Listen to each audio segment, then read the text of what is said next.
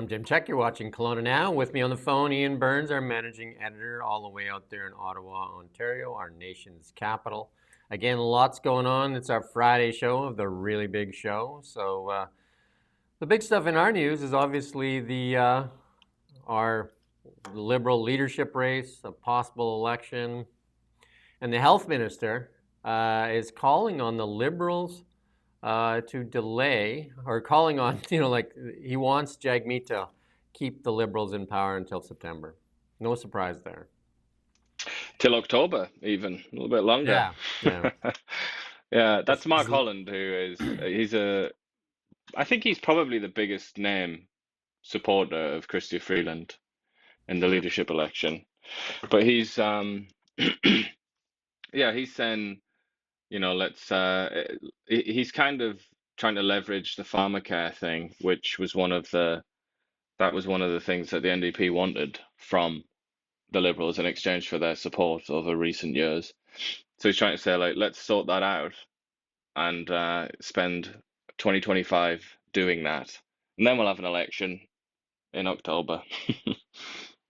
they seem to really want to look after themselves before they hear the voices of Canadians.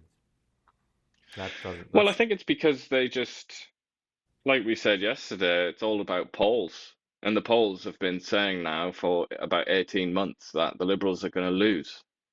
And they don't want to lose. They don't want to lose their jobs. They don't want to lose their ministerial jobs, but they also don't want to lose their jobs as MPs. And they despise the Conservative Party so much that they want to prevent them, or take any opportunity that they can to prevent them from potentially coming to power.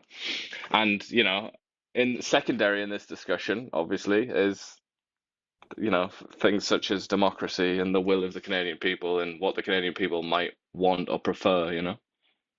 Mm-hmm. Mark Carney, yesterday was the one of the payment dates, the second payment, the non-refundable payment, and lo and behold, there is a drop. Jamie Baptiste has dropped, and guess who he supported? Mark Carney.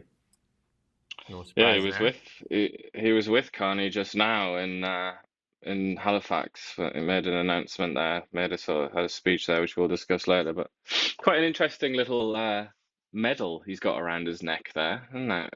Of a map of the Western Hemisphere. Mm-hmm. Canada first, right? Yeah, Western Hemisphere first, I guess. Yeah. We seem to have lost. There we go. It's back. And then, again, no real big surprise. The CTV put out a story. Carney to scrap the consumer carbon tax and replace with green incentives. No surprise there. That is the pillar, the number one pillar for the Liberal Party for the past 9 years, and I don't think anybody's has any appetite to put that forward anymore. So I guess for sure that there'll be no increase come April. And will they take it completely off? That'll be the interesting thing. Will they remove it completely or just say they're going to pause it where it is? That'll be the interesting piece of it. Well, he says his exact words were he wants to cancel and replace it immediately. That's what he said. Yeah, And replace it with what though? I guess that's the big question, right? So, because he's well, still, I mean, he explained that well, another thing, there's another carbon tax that a lot of people don't really talk about, which is like the industrial one. It's not called a carbon tax, obviously. Like these things don't tend to be called what they actually are. But there's another one on like industrial polluters, and he said he wants to keep that in place. So it's only really what's called the consumer carbon price, or whatever sort of euphemism they use to describe what we know as the carbon tax. That's the only one that's going to be replaced. But he said he wants to get the big polluters, as he calls them, to fund an incentive scheme, basically, so that people can it wasn't all that clear. He likes to use a lot of technical terms to pretend that he's being detailed, but it really wasn't very detailed. But it sounds to me like it's kind of he wants to tax industry and use that money to as handouts to Canadians so they can like get insulation and things like that, like better insulation and or buy an EV or whatever it might be. And then he wants to sort of keep the money flowing because he said it's like a lot of people are going to miss the money if we just kill it all together. So we've got to keep the money flowing. So it sounds to me like rather than just tax the average person at the pump and then redistribute that money, several months later, instead they're just going to tax big firms. But he says that apparently this is going to make Canada into a green energy superpower or clean energy superpower. Hmm. That Canada's going to leapfrog America. That was his exact verb that he used. He said that the Americans are currently experiencing a fever. Basically, he just said that they've turned mad. They're just lunatics. But he said that will end pretty soon, and then America will come back and be sensible again. And he thinks that if he adopts this plan, then Canada will be like way ahead, and the Americans will have to catch up with Canada. That was basically his argument. Uh, I guess I'll just leave it there. There you go. I just leave it there. Chrystia Freeland says Canada should target Elon Musk. There you go. So she's really uh, uh, whatever trying to appeal to a base there, the people that hate Elon, and so she's going after Elon Musk, and she wants to test. Sounds like Gavin Newsom, right? They want to target Tesla. So here's one hand say they want to incentivize EVs, best EVs in the world, clearly by like a long shot, but not even like it's not even a like you need a telescope to see second place. And so they want one to say we want to incentivize EVs, but not Teslas. Does that make sense to you? I guess if you want to put your cynical hat on, it'll make sense because there are no Tesla production facilities in Canada. And but there are, at great expense to the taxpayer, there are plans underway to produce Volkswagen and Stellantis, I think it is, isn't it, to produce EVs from them. So if you tariff Tesla in that situation, then you kind of feed your own beast, don't you, that you've Yeah. paid for because that no money, no taxpayers' money has been thrown at Tesla, and Tesla hasn't given any money to Canada or Yeah. invested any money in Well, Canada. So on that sort of level, it makes sense. But then what you said is probably also important. It's like it's classic populism. It's a yeah. populist gesture. It's saying, look at this fat cat down there in America who gives all of his money to Trump. We're gonna punish him. We're gonna punish the bad guy to protect the little guy. Kind of. It's just like I don't. a Yeah, gesture. I'll correct you there. He doesn't give all his money to Trump. He has supported Trump, but No, obviously that was yeah, hyperbole. I mean, of yeah, course he hasn't given out all of his money. Nobody would say that. But he is the biggest donor, yeah. which And then is very, also very significant. Volkswagen. I wouldn't be betting a lot on Volkswagen. They're having so much trouble in Europe, which they're from. Volkswagen's shutting down plants, so I don't know. They're having so much trouble in Europe right now that I can't see them investing in Canada. You know what I mean? Like they're going to have to fight to keep their base alive in Europe. Well, they can't even do it in Europe, can they? But the problem is Canada is in a situation where they could poach the German and the European car companies because of the cheaper energy. But obviously, with the tax regime and with the climate change plans, fighting climate change, as they say, that makes Canada less competitive vis-a-vis the United States. So they're just going to go to the US. It's kind of they might well come over to this neighborhood, but it's going to be south of the border, I would imagine. Yeah, and then our MP Melanie Jolie's down there in D.C. trying to stop the tariffs, which are due tomorrow, actually. So remains to be seen what happens. But Melanie She's got Jolie, Mark along, Miller there as well. yeah, a couple of people are down there trying to do the thing, and Danielle Smith is working the back channels too. So Danielle Smith working Mark hard at Miller, showing. What's that? Go ahead. I was saying, it's funny that Mark Miller's gone down there because he's one of the very few Canadian political figures. Melanie Joly is not one of these people, I would add, but Miller is one of the very few Canadian politicians that is kind of like somewhat broken through the insularity barrier that exists within the United States. Like some people in the US know who Mark Miller is, and it's not for good reasons. It's for the Gaza Palestinian refugee scheme, which a lot of Americans thought Yeah. was ridiculous, and they really acted out against that. You know, a lot of Americans on the Republican side, and then also Tom Homan, the border man, Mr. Border. He didn't. I don't think he mentioned Mike Miller by name, but he mentioned his policies, and this was like 2 months ago, maybe a month ago on CTV, where he said like Canada's just been letting in anybody. They've just been letting in so many random people from all over the world, and then those people can just come into the US, and they just use Canada as a kind of like a place to land, and then they come to the US.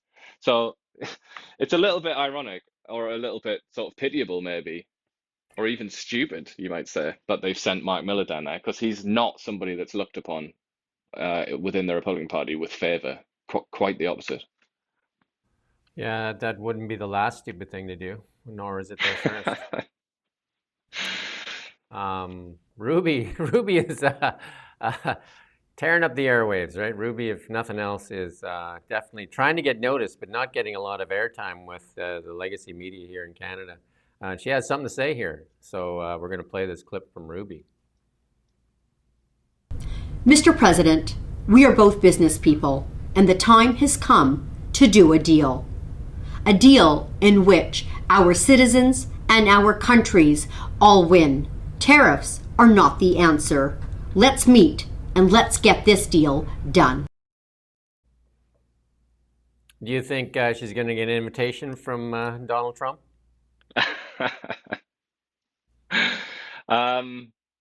No, I don't. Yeah, so What do you think? I know that the Liberal Party has been proudly promoting that they've got 400,000 people registered from like the 100,000 that were registered before to vote for this leadership race. I guess it'd be interesting to see how many of those are bots and how many of those are. I know that there's a lot of people on the internet saying, well, me and my 5 dogs have all registered and we're ready to vote. So there's a lot of that out there. Alongside Winston Churchill, Chairman Mao, and other assorted figures from history, they're all ready to vote as well. And then the Liberal Party responded with a threat that says if anybody's registered that's not legitimate, cannot face up to a $10,000 fine. But no, like I have no idea how they're going to impose this fine because there's no law that says that, right? So the Liberals are going to. I guess that'll be a future law. They'll come back and punish you maybe or something if they get government to create this law that'll go back in time and punish you for voting for, whoever. Well, if it's Chrystia Freeland that wins, maybe she'll resurrect her her nice little get inside of your bank account and freeze your money plan that she enforced in 2022 or whatever it was. Mark Carney gave that advice as well, so he can claim some fame for that too. Yeah, how generous of him to give that advice. Yeah, so I think, he's been giving that advice, so it's hard for them to say that he's an outsider. If you want to talk outsider, like Mark Carney says, he's the outsider. Clearly, the only outsider right here is Ruby. Ruby is an outsider, and they probably want her far outside. I would say Chandra Arya was also an outsider, but he claims that there was sort of dirty dealings that resulted in being excluded. But yeah, I would say the Rubester, she's just about the primary outsider, I'd say. I mean, she isn't even, well, nor is Mark Carney an MP, I guess, but she's not an MP, and she's nowhere near the Liberal establishment, is she? Whereas Carney is at the absolute center of it. So yeah. Well, she has one thing over Carney. She was an MP. At least at one point, she has garnered a Canadian vote. He does not have a single Canadian vote to his name, yet wants the top job. So that's true, but let's see how many bots vote for him. Don't let the truth get in the way of a good story, though, right?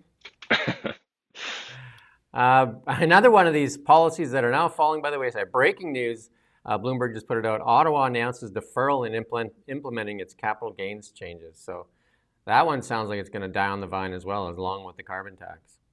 So a lot of their policies that they put out are just falling by the wayside. And the one that's coming due here, so you still have lots of time to buy taco chips and all those kind of things because you're up to February 15th to get those GST taco chips. or Yeah, Cheetos or but I whatever mean, you like. I don't have it written down anywhere or anything like that. So just completely just off the top of my head, shall we try and go through the policies that they've abandoned in the Sure. last, ever since they started to go down in the polls? So one that comes to mind straight away is housing. Like the idea that housing was a federal responsibility, that concept was being laughed at by Justin Trudeau and his entire government not very long ago. But now apparently they're the party of housing. So that's one area that they backtracked. Then the carbon tax, obviously that's Which is basically the gone. one of the biggest Immigration. pillars, right, that they've run, and the suppression of our natural resources. I'd like to hear what they plan to do with Stephen Jabot as the environment minister, because that's the main complaint from Alberta, Daniel Smith, saying he needs to be fired. Well, he's all in with Carney, isn't he? So I guess that's going to be something that Carney will have to explain to the Albertans. Now, Chrystia But yeah, I Freeland, mean, she hasn't said anything about him. yeah, it's just it's kind of tough. It's a real tough ask, isn't it, for a party to turn its back on so many policies, and these are like huge policies as well. The To capital turn its gains back on one all is, of is them, and yeah, definitely. But I mean, the carbon tax is the prince of them all, really. But and then immigration. I mean, that's kind of central to Justin Trudeau's time in government, like in terms of the changes that Canada's seen over his time as prime minister. And all of a sudden, he just came out one day and said, like, this was like a year ago or more, maybe even 2 years ago. He just came out one day and said there are too many immigrants and they're undercutting people's salaries and they're basically like putting too much pressure, like the exact things that the Liberals used to say were almost like racist to say. But that's one. And yeah, I mean, what's left? What is actually left now for them yeah. to stand on? The capital gains tax is a big one, because I was just at a seminar yesterday, and it was on AI. And one of the big comments there was one of the people that has done quite well in this local community said that he knows of 4 projects that have left Canada because of the capital gains tax. So the people that would be investing in AI companies. He said they've just gone to the US because it's a lot, they don't have that fear of the capital gains tax, and it's just a lot more friendly. And he says capital is fleeing Canada. Yeah, and then the argument that the Liberals put forward for that, and Chrystia Freeland was one of the big, she was obviously one of the big proponents, and I can remember her coming out a lot to defend that policy. But the argument from the Liberals was, don't you think the richest people in society in Canada should pay just a tiny little bit more so that we can have all these lovely services like $10 a day daycare, which doesn't exist, and so on and so on. That was basically the argument, and it's kind of like I can understand that. And I think a lot of people are sympathetic to that argument, but you also have to be pragmatic, don't you? Because it's not just about what you want and what you think is right and nice and sweet. It's also about what is actually possible. And if you do it, if you put a tax like that in place, it could end up being the case that your revenue is actually substantially smaller and you have less money as a government and less money for things like daycare because all of your high taxpayers, high earners, have just left and just gone somewhere else. So you can't. Yeah, they try and make it into a moral point, but it's. I don't think this is a moral point. I think this is a pragmatic point. You have to be pragmatic, and even if you don't like the idea that wealthy people can maybe like hold more of their money, it doesn't really matter if it's going to make you poorer to tax them. So that's kind of how I see it. Yeah, let's keep in mind that the capital gains tax is in Canada, and it was at 50% of the capital gains is taxable, and they want to raise that amount. So I mean, it's not like there was no tax, and it was just raising the inclusion rate. So if people Yeah. are confused on that, Jagmeet Singh, definitely that he has the keys, right? Because he's in the news with like support, no support, support, and this has been going on for how long, right? Where he pulls the support, adds the support. And now he's saying again, because just recently he said he might like support the Liberals to get some bills passed, and now he's saying he's definitely going to call for a non-confidence vote when Parliament resumes March 24th. Yeah, but a lot of the media, well, basically all the media, seem to have failed to have picked up that this is a backsliding from him. This is he's reneged on a promise. His promise was that he would call he'd force an election. He'd force the government to fall at the earliest opportunity. Those are his exact words, at the earliest opportunity. He said that more than once. But now that is no longer the case because he's saying he wants Parliament to resume and then he wants to pass a lot of bills. So that wouldn't be the earliest opportunity. And So he's throwing. he has actually changed his tune. Yeah, we have a clip here we can play though. Let's listen to what Jagmeet has to say here. Yeah, so I want to be really clear on this. We are still going to be voting against the government at the end of March. But there's 2 months before that happens. And in those 2 months, if there's anything we can do to support workers, first and foremost, and to fight back against these tariffs against us, let's do it. So absolutely, we need retaliatory tariffs. I've said that. I think anyone running for prime minister needs to commit to that. On top of that, I've said, let's look at other things as well. We can cut off the flow of critical minerals. We know the United States needs Canada. We're the only reliable source of critical minerals. And it's also going to hit Donald Trump's buddy, Elon Musk, where it counts, because he needs those minerals for the batteries in his car plants. So let's be very serious about fighting back. But let's also put in place protection for these workers. Look at that. Elon Musk is a target for Jagmeet Singh as well. So Elon Musk has definitely put his hand up there by, like he's saying a lot of stuff on X there. So he's the lightning rod that people like to use for sure. And he's mentioned Musk a few times in the past, actually, as well, saying that in the Liberals and the NDP, they're both trying to beat Pierre Poilievre with Elon Musk. Because they see that Elon Musk has become a bit of a hate figure for the left, and actually the centre as well, I would say, don't really like Elon Musk in Canada. And so they're trying to use him to sink, they're trying to attach him to Pierre Poilievre because Pierre Poilievre has received some favourable reviews from Elon, and then they argue he reciprocated by saying, I'd love it if you came and brought Tesla to Canada. So that's what I think it's just pure politics, really. It's just kind of opportunism in a way. And Danielle Smith is pitching a border czar just like they have in the United States, and she's pitching retired General Rick Hillier to be, and retired Lieutenant General and ex-Liberal MP Andrew Leslie to have a border czar here in Canada. It might make sense to have somebody actually in charge of the border, right? So we can actually strengthen our border. And then, that fentanyl, another big bust, and I think it was in Calgary where Calgarians were busted for another big fentanyl thing. I mean, we need to stop all this fentanyl that's killing people on either side of the border. Absolutely. I mean, it's still very sad though. I saw like a Trump acolyte, a servant of Donald Trump in the media, posted quite a sort of, it was on X, I believe, posted quite a popular image of himself, or got a lot of attention, where he was, I think he was in, maybe it was like Vermont, but it was somewhere next to Quebec. And he just kind of posted a picture of himself saying like, look at this border. It's like, it's a sign. It's literally a sign that says, don't cross the border. And he was like laughing at this idea as if to say, it's a ridiculous situation. But that's kind of what Americans and Canadians, I would say a majority, like about the border, is that it isn't some sort of like militarized, walled off, like DMZ, It is like a border between friends because both countries are, or used to be, civilized.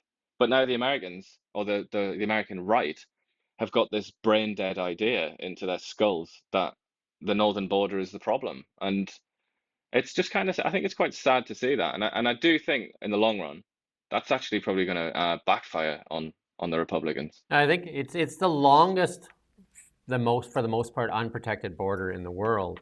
And I mean, I grew up on the border in a small town called Midway, and basically it's a barbed wire fence with a couple of steel posts every, I can't remember how many yards. There's a steel post, and on one side it says Canada, and the other side it says USA. But no, we used to have a lot of people walk into Midway, and they'd say, "How do you get across the border?" And there's a fence right over there. But that's a good thing, isn't it? That's rightly celebrated, I think, and even still.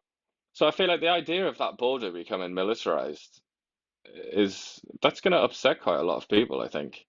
And I mean, it just seems a tad odd, really. All this attention, like the spotlight is on Canada because Canada's being bullied by the big kid, And it's a little bit, it's like, it's not justice. I'm looking at this, and it's not justice at all, because the Americans, let's be honest, let's go back in history. The Americans have always been the problem. All Did we lose you there? launched invasions across that border. They're the ones that have sponsored Irish terrorists to come and try and raise hell in Canada. You know, they are the danger, and they're the ones that put guns over the border, and back in the day, cocaine and all the other drugs of the past. And yet Canada's just kind of like lying down and taking these kicks. And I think that is why Danielle Smith has attracted quite a lot of abuse from some people, because they kind of say, like, what are you talking about? America, like, America's the problem. Why are you pretending that Canada's the problem? Yeah, and I think there's a lot of people commenting right now, and the thing is that it is the Americans' responsibility to staff that border as well, and both sides of us to staff that border. But I think one of the complaints from the Americans is that our lax immigration policies, like you mentioned earlier in the show, where we're bringing in a lot of people from different countries without really good vetting, and that puts them in a position to cross that border. Yeah, and that's true. Well, it's certainly true. As somebody that is an immigrant to this country, I can tell you that I had to do a lot of research to come here, to, like, when you process the citizenship application and the visa and all the rest of it. And there are like forums and guides and immigration lawyers and stuff that advise you. And you will see constantly people say that Canada's easier to get to, and they want to come to Canada as a way to get to the US. Like, that's just a fact. I mean, people do that, and it's certainly been the case for a number of years now that it's easier to legally migrate to Canada than it is the US. But is that not a little rich coming from the Americans, when they've had, basically, to all intents and purposes, an open border with the entire planet, with Mexico? It's just, I mean, how many times can you be slapped by somebody who is in the wrong and told to get your house in order when their house is burned down? It's just a little bit of an insult, and I think that might partly explain it. It's like a distraction technique, because the Americans have been very, very bad neighbors to Canada for many, many years, and their distraction play now is to say, fix your situation, Canada. You're the bad guy. Yeah, Bank of Canada lowered the interest rates yesterday, and then somebody, actually, a journalist, is calling out Tiff Macklin here for like what he said a number of years ago. We're going to play the clip from yesterday first, him defending himself. Good morning. I'd like to turn backwards a bit to the bank's recent report on its pandemic actions. The staff report talked about bank communications, including the communications about keeping interest rates near zero. So I'd like to ask you about this comment in the report. It said, central banks often adjust or simplify the wording, particularly to make it clear and more accessible. Communication is often further simplified or interpreted by the media and people providing financial advice. This can very easily lead to the public understanding or interpreting the guidance in ways the central bank does not intend. When a central bank does not follow what it has perceived to have said, this can be seen as a broken promise. Did you break a promise to Canadians? Did journalists and financial experts mislead Canadians? Look, I think we learned from this that forward guidance has its uses, but it has to be used very carefully. And with the benefit of hindsight, in retrospect, we should have been clear about sort of the exit clauses, the conditions under which this would hold. And I think, yes, I think in the process of communicating it, those conditions weren't as clear as they should have been. You see how he tries to he didn't like the question, obviously, but I'd like to remind Canadians of what he said, and we're going to play that clip for what he said. This is what this journalist is talking about. Here's the clip that he originally said. And they're going to be there for a long time. We recognize that Canadian businesses are facing an unusual amount of uncertainty. And so we have been unusually clear about the future path for interest rates.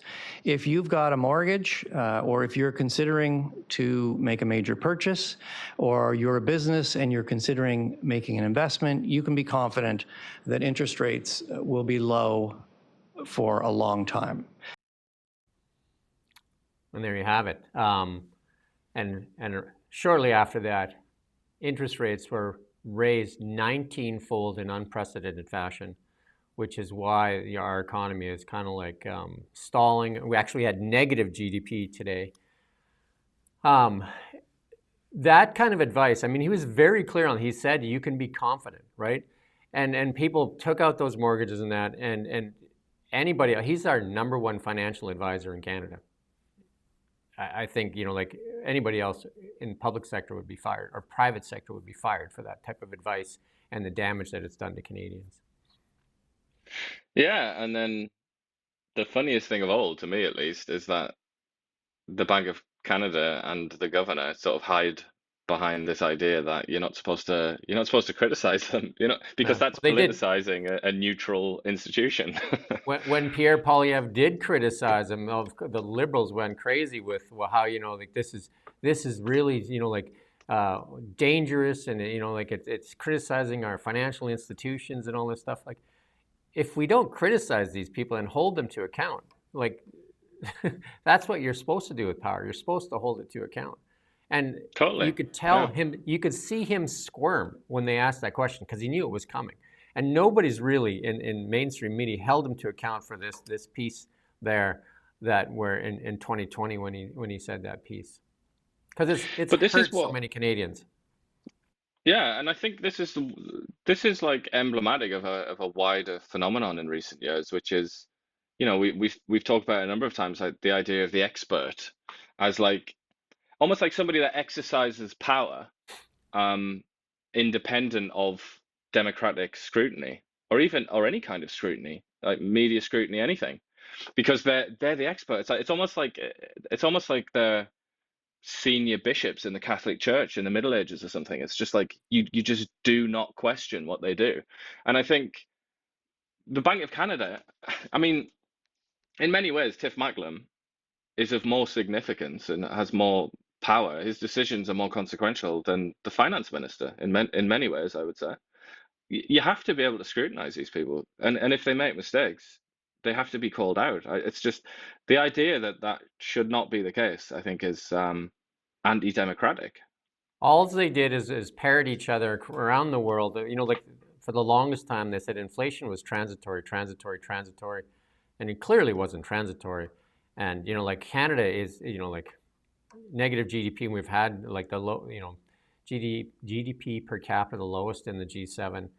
All of these are policies, and the Liberals were spending like drunken sailors, and all of this is coming to roost right now, and then suppressing our natural resources, having no outside markets, and now here we are sitting at the whim of the Americans, and they have basically a bully in power there that is basically calling the shots, and we don't have even a leadership that can challenge it right now. We don't have a clear mandate. We have a resigned prime minister, and we have different voices out there. We have Carney and Freeland and a few others. It's a perfect storm for the Americans. Yeah, a perfect storm for us. Perfect sort of alignment of the planets, really, for the Americans, isn't it? It couldn't come at a better time for them. Yeah. But these things, it comes in cycles, doesn't it? It's unfortunate that we're in disarray, as they seem to have all their ducks in a row. But, in the next couple of years, when they have the midterms, after a few major Trump scandals, which we can assume will occur, the shoe might be on the other foot. But right now, yeah, it's such a mismatch. Yeah. I think there should be some responsibility, and the media should be asking more questions of Tiff Macklem, because you contrast those two things there, what he just said and his excuse for what he said. They don't add up, and it should be held to account for that. There's no doubt about that. Indeed. I mean, and the one, I should say, devil's advocate and all that to defend the Bank of Canada and Tiff Macklem, I would say he does have to appear now and then, doesn't he, at the certain committees. I think it's actually just one committee, isn't it, run by MPs, and they grill him and question him on his decisions. It doesn't really happen often enough, though, I would say. And also, anybody that's watched those committee appearances knows that he's quite defensive. This particular governor, Tiff Macklem, he's quite defensive, and he doesn't really answer questions. It just becomes like a political sort of fight, and it's I would less than say ideal. one of the biggest problems we've kind of like we keep carrying on since COVID is this. It's wrong to criticize. It's not wrong to criticize. That's how we get better. That's how we get better in sports. That's how we get better in everything. We must be able to criticize. Pierre Poilievre, they call him up because he criticizes the Liberal government. That's his role. He's the opposition party. That's his role, to criticize government. And that's his function, right? And we should all be able to, media should be criticizing the Liberal government. They're the ones in power. They should hold the Liberal government more to account than they hold Pierre Poilievre to account. That's the people in power are the ones that are supposed to be held to account. Absolutely, yeah, and that was certainly inverted during the COVID years, where the media and almost all the institutions, for some reason, got it into their head that it was their job to defend and protect power and to fend off criticism and challenges. And that is obviously that's a disastrously bad habit to get into. And I suppose it's quite hard to get out of it. And a lot of people are struggling to get out of it. But that's the behavior of, just in terms of like temperament, that's the behavior of a dictatorship, obviously, isn't it? Where you protect the central power at all costs, and you fend off the opposition. Well, like, opposition is a filthy word that you don't want that word in your mouth, because it's like treasonous to even have it in your mouth. Like, you can see how countries like, I don't know, just off the top of my head, like Syria under the Assad family, you can see how that can kind of develop, and that sort of really bad habit can develop. I mean, I'm not trying to suggest that we're anything like that here, but it's that's how it happens, and we should be on watch for that. We should always watch out. CBC new CEO Marianne Philippe Bouchard is warning that Conservative leader Pierre Poilievre's pledge to defund the state broadcaster is an existential threat. I would advise her to look up the word existential in the dictionary. Existential means extinct.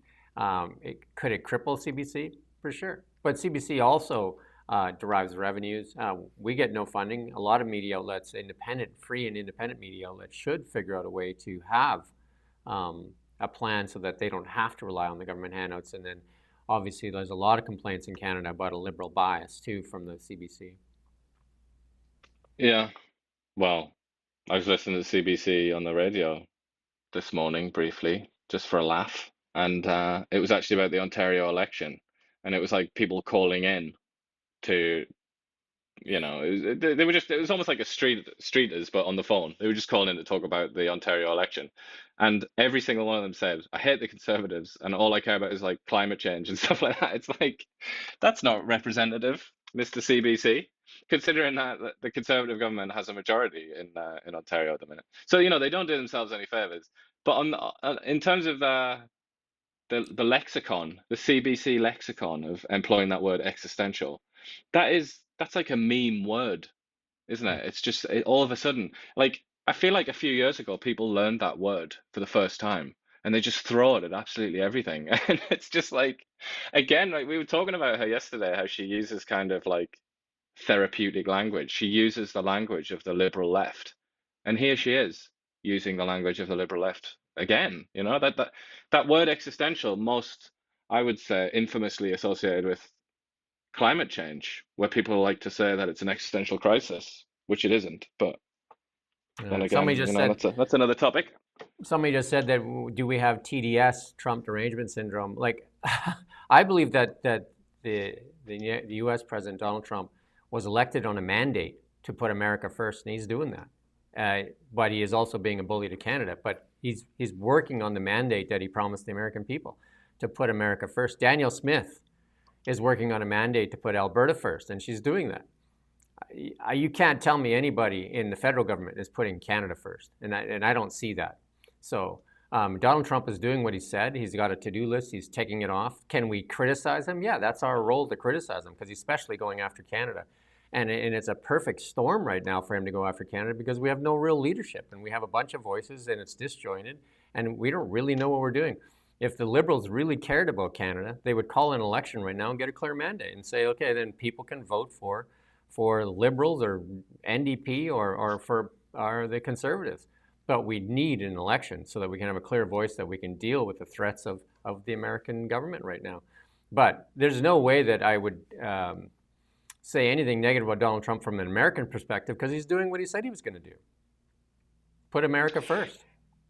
Well, he didn't say he was going to put 25% tariff on Canada, but whatever it takes, I guess, right?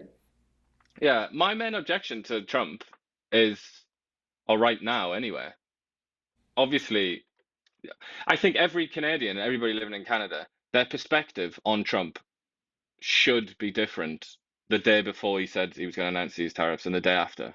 I mean, I think that's just essential because it's a punitive tariff on Canada that threatens the Canadian economy. Like, if there's anybody out there wondering at all, if he goes ahead with this, there will be a recession. It'll be brutal. Like, there's a possibility. I think we're already in it. You're going to lose your job, whoever you are. Like, life will suck, and it can't be fixed. It can't be fixed with a click of a finger because for 30 plus years, Canada's been completely joined at the hip to the United States economically, and has been so stupid that it hasn't properly built out its infrastructure to trade with the rest of the world, and is just focused on the US.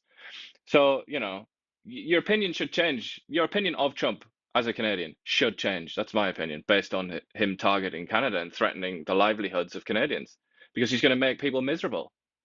I mean, what more reason do you want to be a critic of somebody? They're going to make your life miserable. But I would also say the thing that winds me up about Trump with this particular issue is that he's not being truthful. He's not telling the truth. And he's attacking Canada on false pretexts. He's talking about how fentanyl and illegal immigrants are coming in from Canada. It's tiny. That's not significant. It's not significant to the United States. It comes from Mexico, and elsewhere, like people go through Mexico from other countries in the world. That's the problem. And things like even like submarines and cargo on like freighters when it comes from China. That's the problem. It's not Canada. And he's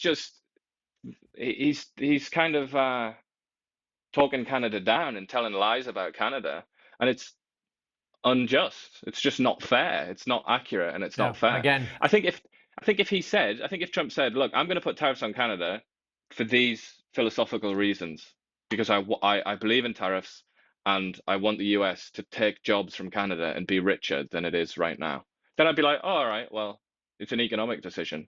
But he's not saying that. He's like sort of trying to wrap it up in all kinds of nonsense, and also then now and then thrown in that he wants to annex Canada, which that's not a good way to win friends in Canada, is it? No, like I said, he's being a bully. But we have no leadership. We have a resigned prime minister that's on a world tour, and we have a bunch of voices that are out there. Melanie Jolie, like you said, Mark Miller, and they're all down there saying different things. We have Doug Ford saying some stuff, Daniel Smith saying, and then David Eby, and there's just no real representation of what Canada is right now. Why don't the Liberals call an election? Call an election and let Canadians have a leader that can represent Canada. Because I think they are prioritizing their own affairs over the national interest. And there you have it. That's right? what a cynic might say. Yeah.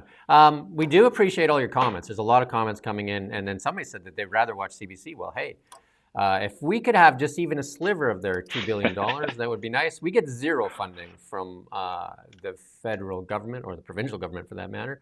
And we managed to still stay on the air. And they're saying they need more money. And they take bonuses while they lay people off. I think it was last just recently at Christmas time, where they laid off a bunch of people, yet still took their bonuses.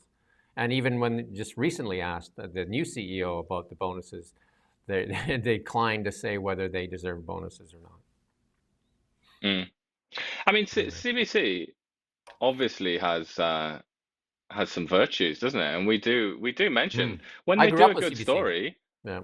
when they do a good article, and they do knock out a good article now and then. Mm-hmm. There's actually quite a good article. I mean, it's not very long or comprehensive, but there's quite a good article on there now about kind of like the history of NAFTA and free trade between Canada and the US. Like stuff like that's quite cool. It's quite good. Talking about like Mulrooney and Margaret Thatcher when she came over and intervened. Like that's good. That's good content, as they say. Yeah. But the problem with CBC is that that's a tiny, tiny fraction of what they put out. A lot of what they put out it belongs on like the Huffington Post or some sort of like daft left-wing blog like that. It's just stupid, It's just a waste of time.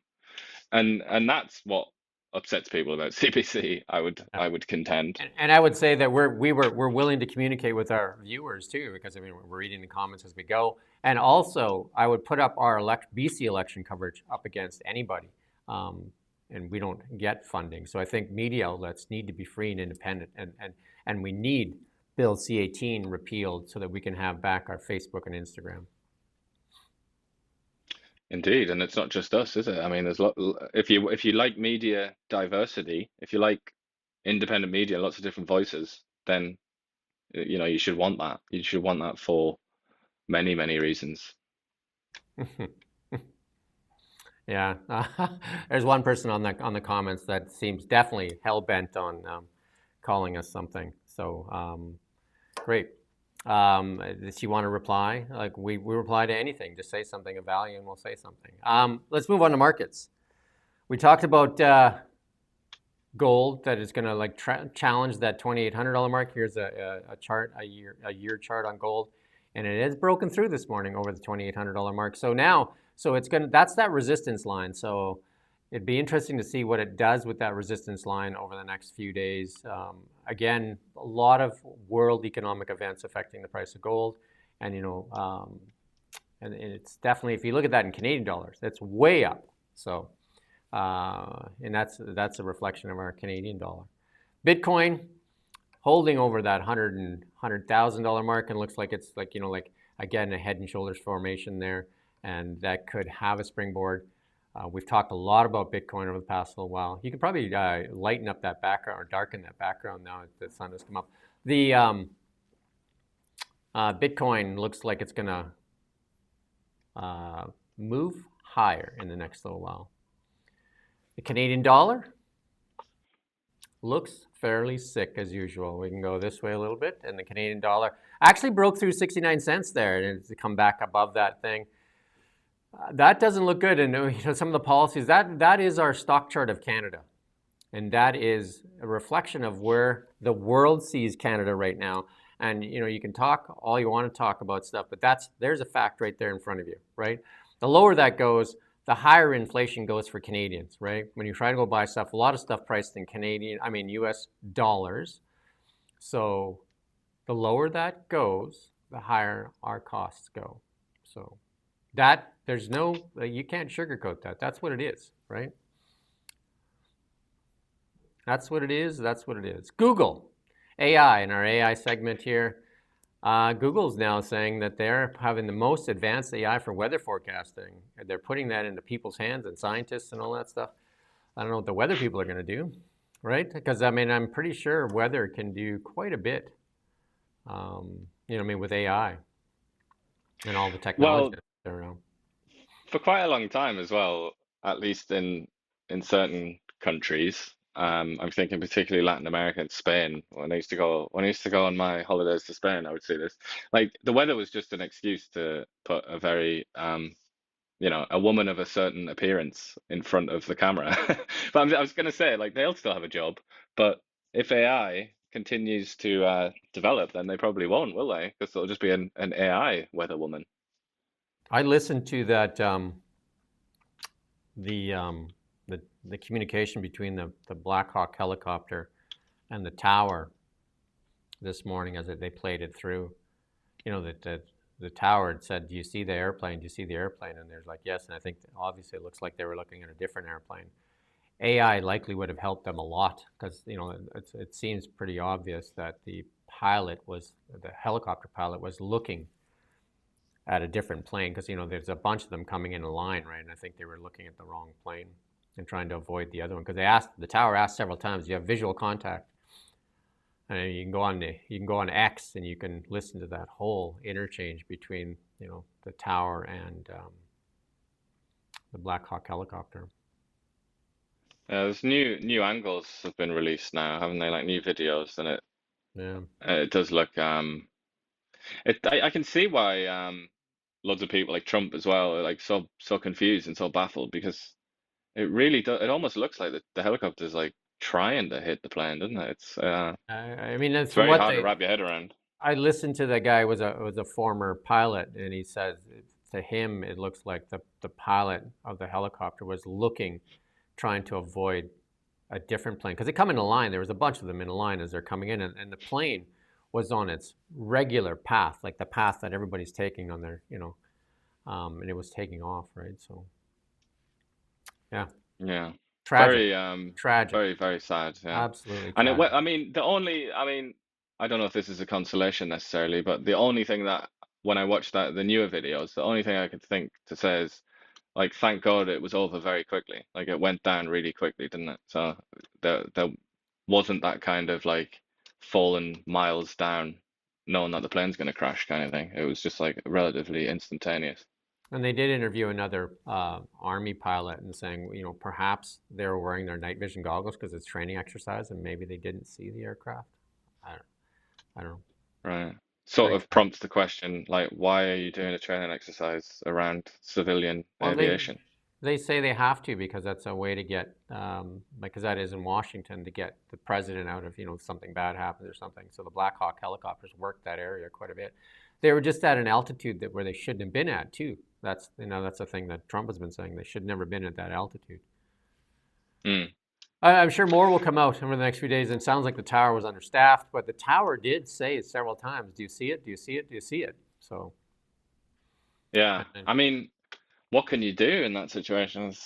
You can only ask that question, really, can't you? Unless you just start like screaming abuse at them or something. But it's not. Don't think that would work either. And a little more AI. We're going to show you some stuff, how AI is bringing the stuff to life. Here's a little video we're going to play for you.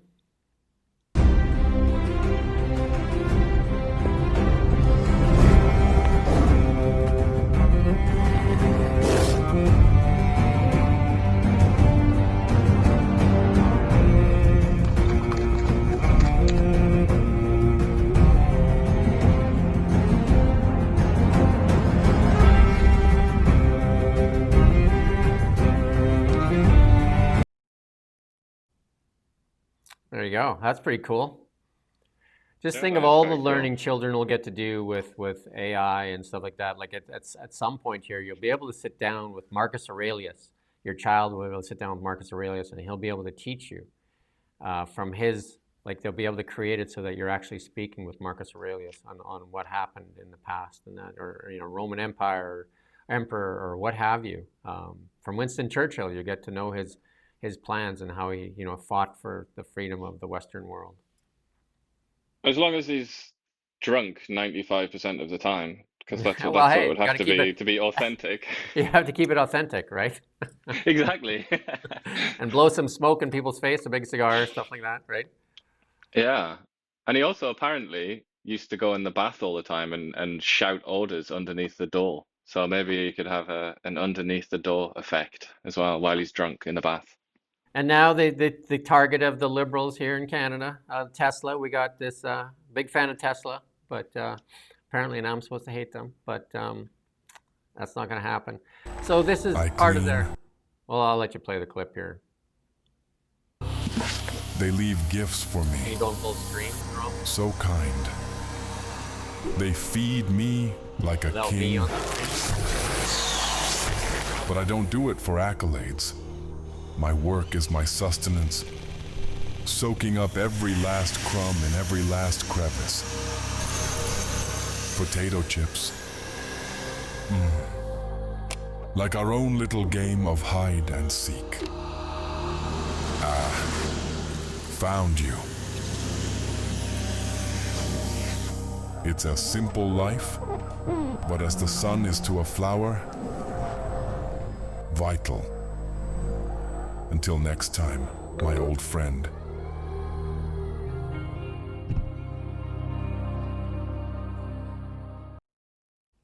Well, the future is now. That's a Tesla Cybercab they're going to start rolling in Austin in June. No steering wheel, no pedals. And that is their cleaning. So they pull into a cleaning bay, and there's the robot. Sounds like Marcus Aurelius as they're actually cleaning the car for you. It's. Right? I thought it sounded like Mufasa, you know? Yeah, well, there you Everything go. the light Whatever you touches. need. And so even the chargers are going to be, like they're saying they're going to have a pad that they just drive over and they get charged, so you don't have to plug them in. I don't know. The future is That's now. more people losing their jobs, though. What, you know? They're going to need new jobs now, people that would previously clean cars. Well, you should have come to the seminar that we held yesterday on AI, and we had Lane Merrifield there speaking too. Like, there'll be a lot of different jobs that'll be, like, people will lose certain jobs, no different than the horse and buggy people lost their job, didn't they? But they got a different job, didn't they? The people that Did made they? records. Are they What's that? still unemployed? The Did they people really from get another job? the horse and buggy people? Well, Yeah, if they're maybe there's still looking, some out there. it's been a while, right? If they're Yeah. still looking for a job, that's a tough one. And then our friend Ruby just keeps on giving, right? And here's our support for the Liberal. Our friend Ruby, again, she's the Canadian Elon Musk. She loves her memes, eh? She's the I should say the king, the queen of the memes, right? Here's her meme on Justin Trudeau and Mark Carney in twins from Ruby Dhalla, Liberal leadership candidate. If nothing else, she is bringing comedy to Canada. Totally. Comedic It almost relief. looks like she's done this herself as well. And not exactly, it's not a good Photoshop, really, is it? If you look at Trudeau's neck, it's pretty clumsy Photoshop. She's been accused of photoshopping her own photos too, so maybe she's really good at Photoshop. Yeah, and that's Arnold Schwarzenegger, isn't it? On the left there. So I'm just finding that quite amusing. The idea of Justin Trudeau and Arnold Schwarzenegger fused as one person. So somebody just said, how do you reconcile economic issues while endorsing automation and AI? I believe that AI will bring us an age of abundance and bring down prices. It's a deflationary thing, so you just have to open your mind up to it. And I get that it's threatening, and it's threatening to white-collar jobs, especially if you're doing jobs in front of a computer. That is like jobs like myself. I'm a CPA, so those are the jobs that are definitely higher at risk. And I'll give you an example. When I worked in a CA firm a long time ago, we had a tax accountant. So if you were a lawyer and a CA at the time, like you were like God when somebody brought you a tax problem, and then he would take that into his room there with books, and he'd have all these books, and he'd be going through these, and we had computers then too, so going through all this research, and 3 or 4 days later he would come out with an answer. Well, I'm going to tell you right now, AI you put in the problem, and the answer is there before you can finish typing. So. But that frees you up to do more creative things as opposed to doing the research that's already there.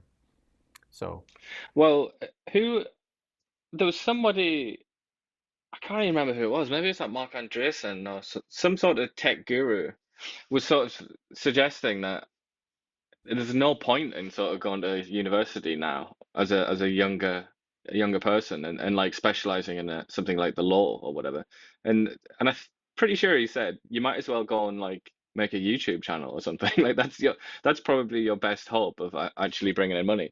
But when I hear people say things like that, I just think that's a bit glib, really, isn't it? Because who's gonna be the audience for this like infinity YouTube channels? Like, I don't think, and also that's before you even consider something else, which is not everybody has creative instincts, and it's a lot of people like that. What job that you were just explaining there, that's usually associated with somebody that doesn't really have all that much creativity, but is really good at like systematic analysis and like organizing things. And like, what are they going to do?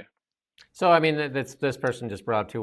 What about universal basic income? And that's likely coming in some way, shape, or form, right? But there'll be abundance for a lot of things. Like I was at the CES, the Consumer Electronics Show.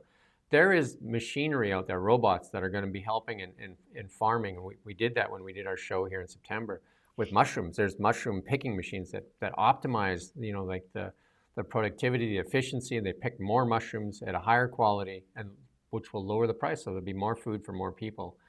But there'll be different jobs. Like, hey, for all the people that don't hate Elon Musk, maybe you can colonize Mars. I know I'm kind of joking, but there will be things that maybe you don't even know that exist right now that may be available, right? So an open mind, it's happening, whether or not you like it. And right now, we are in an AI race. There's no denying, because with the Chinese releasing DeepSeek, they're not going to slow down. So we don't have a choice but to slow down. And what Ian and I have talked about several times, we have to be careful don't become the EU, where we talk about regulation first as opposed to innovation. Innovation first, then regulate.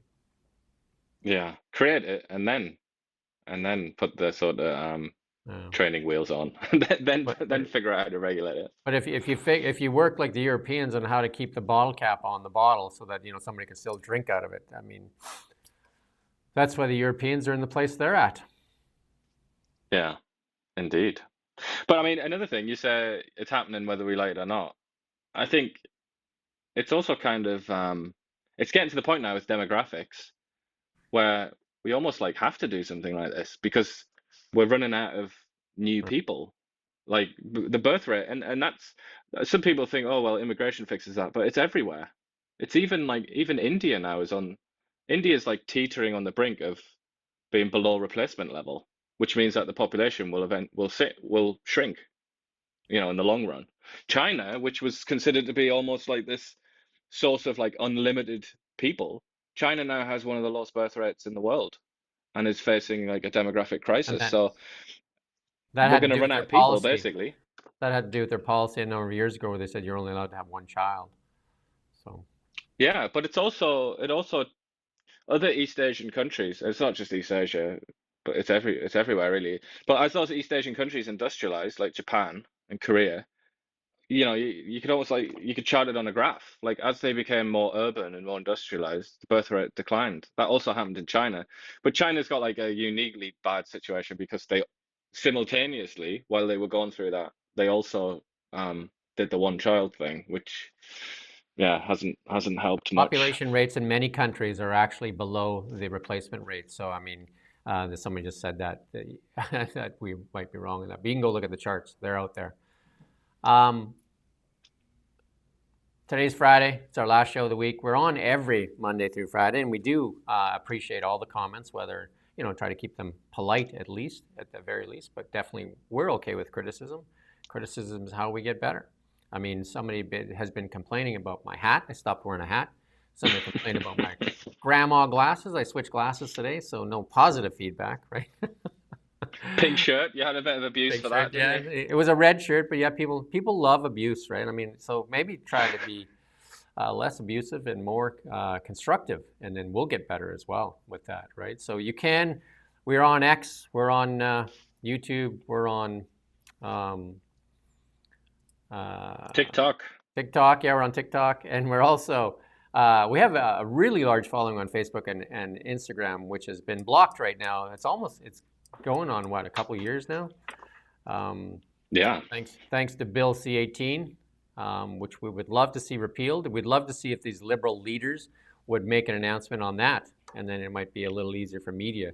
Again, I can show you media charts, stock charts for much of the media in Canada, and they're all very negative.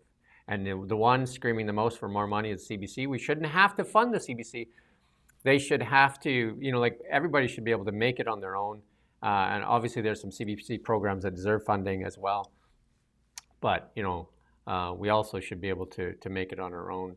And but we should not be handcuffed by taking away our platforms that we earned on our own. Indeed. With that said, we wish everybody a great weekend. And if you're in the British Columbia region, there's lots of snow warnings out there. So be careful out on the highways. Make sure you have the winter tires and you have a safety kit in your car in case you get stranded and, up on, an accident up on the Coke or on the, the Rogers Pass or something like that, where you have to be sitting in a lineup for a while. Make sure you have enough, put some granola bars in there, maybe a blanket, stuff like that too, right? So how's that? Yeah, that's good advice. And 50 centimeters, I think, for Highway 3.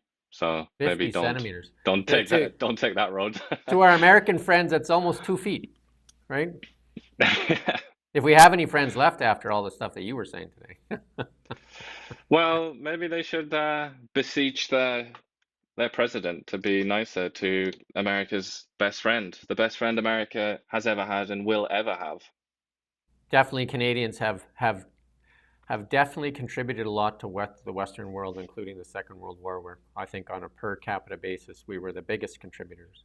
So anyway, with that said, we do thank you for watching Kelowna Now.